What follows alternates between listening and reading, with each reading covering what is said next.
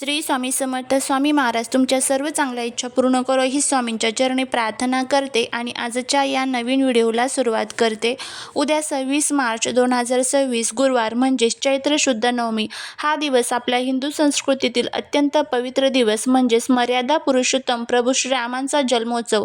आजच्या या दिवशी आपण आजच्या व्हिडिओमध्ये पाहणार आहोत रामनवमीचे महत्त्व, या दिवशी तयार झालेले अत्यंत दुर्मिळ शुभयोग, घरच्या घरी पूजा कशी करावी, या दिवशी काय करावे, काय आणि पूजेचा शुभ मुहूर्त कोणता आहे, कोणत्या 2 तासाच्या राहुकाळात पूजा करू नये, कोणते उपाय करावे, या संपूर्ण बद्दलची माहिती आजच्या व्हिडिओत पाहणार आहोत. त्यामुळे व्हिडिओ हा स्किप न करता शेवटपर्यंत पहा. चॅनलवरती नवीन असाल तर चॅनलला सबस्क्राईब करा आणि असेच माहितीपूर्ण नवनवीन व्हिडिओ पाहण्यासाठी बेल आयकॉनलाही प्रेस करा, म्हणजे जेव्हा कधी व्हिडिओ अपलोड करेल त्याचं नोटिफिकेशन सर्वात अगोदर तुम्हाला भेटेल आणि तुम्ही एक पण व्हिडिओ मिस करणार नाही. त्याचबरोबर कमेंटमध्ये जय श्रीराम लिहायला अजिबात विसरू नका. चैत्र नवरात्रीच्या 9व्या दिवशी प्रभू रामांचा जन्म झाला. राम म्हणजे केवळ एक राजा नाही, तर ते आदर्शाचे प्रतीक आहेत. एक आदर्श पुत्र, आदर्श पती, आदर्श बंधू आणि आदर्श राजा कसा असावा हे आपल्या रामायणातून शिकायला मिळते. रामनवमी साजरी करणे म्हणजे आपल्यातील वाईट विचारांचा नाश करून सत्याच्या मार्गावर चालण्याचा संकल्प करणे होय. यंदाची रामनवमी अधिक खास आहे, कारण या दिवशी काही अत्यंत शुभयोग जुळून आलेले आहेत. त्यामध्ये रवी योग, सर्वार्थ सिद्धी योग, गजकेसरी योग, गुरुवारचा दिवस आहे. प्रभू राम हे विष्णूचे अवतार आहेत आणि गुरुवार हा विष्णूंचा दिवस मानला जातो, त्यामुळे हा योग सोन्याहून पिवळा असणार आहे. घरी साध्या पद्धतीने पूजा करण्यासाठी आपल्याला काही छोटे छोटे जे गोष्टी आहेत तर त्या पाळायच्या आहेत. त्यामध्ये सकाळी लवकर उठून स्नान करावे, शक्य असेल तर पिवळे वस्त्र परिधान करावे, एका चौरंगावर पिवळे कापड अंथरून त्यावर राम दरबार, राम, सीता, लक्ष्मण, हनुमान यांची मूर्ती किंवा तस्वीर ठेवावी. मूर्ती असल्यास पंचामृताने आणि गंगाजलाने अभिषेक करावा. रामांना पिवळी फुले, तुळशीची पाने, चंदनाचा टिळा अर्पण करावा. रामनवमीचा खास प्रसाद म्हणजे सुंठवडा, ज्यामध्ये गूळ आणि सुंठ याचे मिश्रण असते. यासोबतच खीर किंवा पुरणपोळीचा नैवेद्य सुद्धा दाखवू शकतात. त्याचबरोबर आरती करावी. जो जो रे कुलभूषण ही आरती जो पाळणा आहे तर तो सुद्धा तुम्ही म्हणू शकता. या दिवशी रामरक्षा स्तोत्राचे 11 वेळा पठण करणे अत्यंत प्रभावी मानले जाते. गरजू लोकांना अन्नदान किंवा कपड्यांचे दान करावे. श्रीराम जय राम जय जय राम या मंत्राचा जप करावा. शक्य असल्यास निराहार किंवा फलाहार उपवास करावा. या दिवशी कांदा, लसूण किंवा मांसाहार पूर्णपणे टाळावा. घरात भांडणे किंवा कोणाशी कठोर बोलू नका. मनाची शांती राखा. कोणत्याही प्रकारचे व्यसन करू नका. उपवास झाल्यास दुपारी जेवण टाळावे, त्याऐवजी नामस्मरण करावे. रामरक्षा स्तोत्राचे पठण आणि साधी पूजा या व्यतिरिक्त रामनवमीच्या दिवशी घराची भरभराट, त्याचबरोबर प्रगती, उज्ज्वल भविष्यासाठी काही प्रभावी असे उपाय देखील या दिवशी केले जातात. त्यामध्ये रामनवमीच्या दिवशी घराच्या मुख्य प्रवेशद्वारावर हळदी कुंकवाने ओम किंवा स्वास्तिक काढा. त्यानंतर तांब्याच्या कलशात थोडे गंगाजल घेऊन त्यात तुळशीचे पान टाका आणि ते जल संपूर्ण घरात शिंपडा. यामुळे घरातील नकारात्मक ऊर्जा नष्ट होते आणि वास्तुदोष दूर होऊन सुख समृद्धी नांदते. प्रभू राम हे हनुमानाचे आराध्य दैवत आहेत. च्या प्रगतीसाठी या दिवशी हनुमानाला चोळा म्हणजे सिंदूर आणि चमेलीचे तेल अर्पण करा.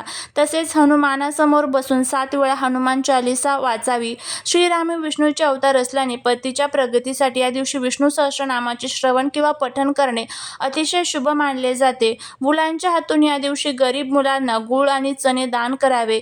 जर मुलांना अभ्यासात लक्ष लागत नसेल किंवा काही अडथळे येत असतील तर मुलांच्या जवळ बसून किंवा त्यांना सोबत घेऊन संकटमोचन हनुमान अष्टक पठण करावे. मुलांच्या कपाळावर केसराचा किंवा चंदनाचा टिळा लावावा, यामुळे त्यांची एकाग्रता वाढते. जर घरात पैशांची चणचण असेल किंवा कर्ज वाढले असेल तर रामनवमीच्या दिवशी खालील मंत्रांचा जप करावा. त्यामध्ये रामाय राम भद्राय रामचंद्राय वेदसे रघुनाथाय नाथाय सीताय पते नम हा मंत्र म्हणावा. हा मंत्र पती पत्नीने दोघांनी मिळून केल्यास त्याचे फळ लवकर मिळते. रामनवमीच्या दिवशी संध्याकाळी घराच्या ईशान्य कोपऱ्यात देवघराजवळ गाईच्या तुपाचा दिवा लावावा.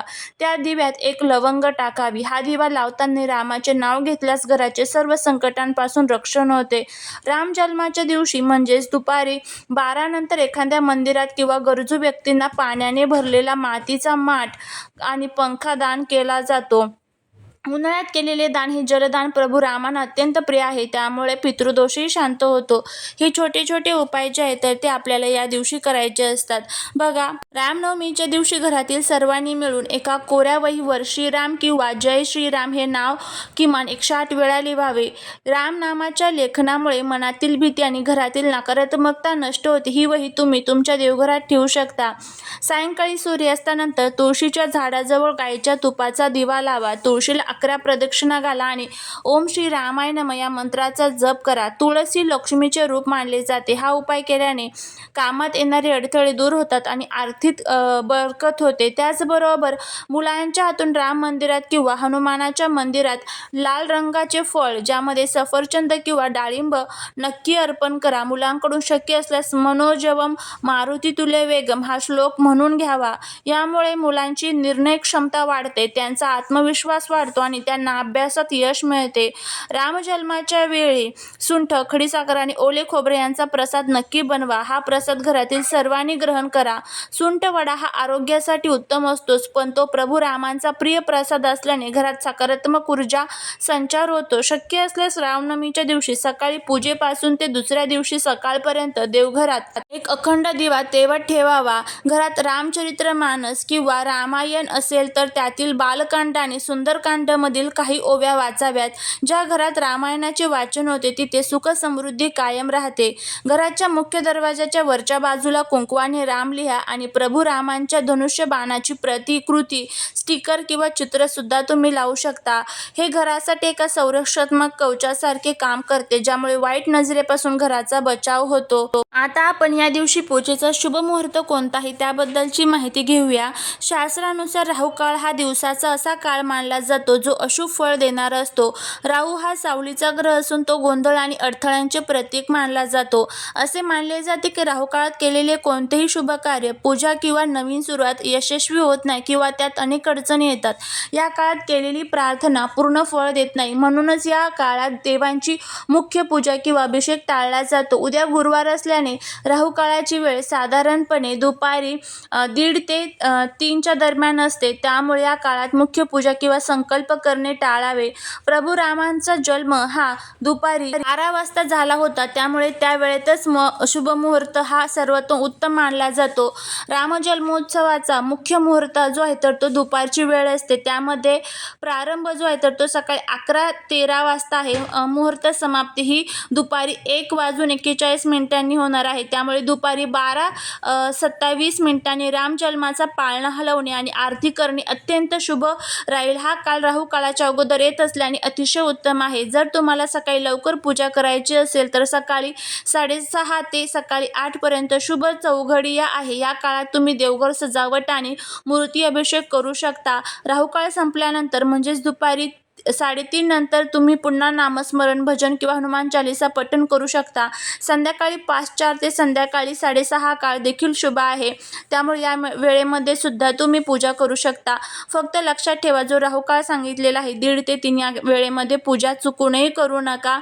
आणि जर तुम्हाला हा व्हिडिओ आवडला असेल तर लाईक, शेअर, सबस्क्राईब करा. श्री स्वामी समर्थ.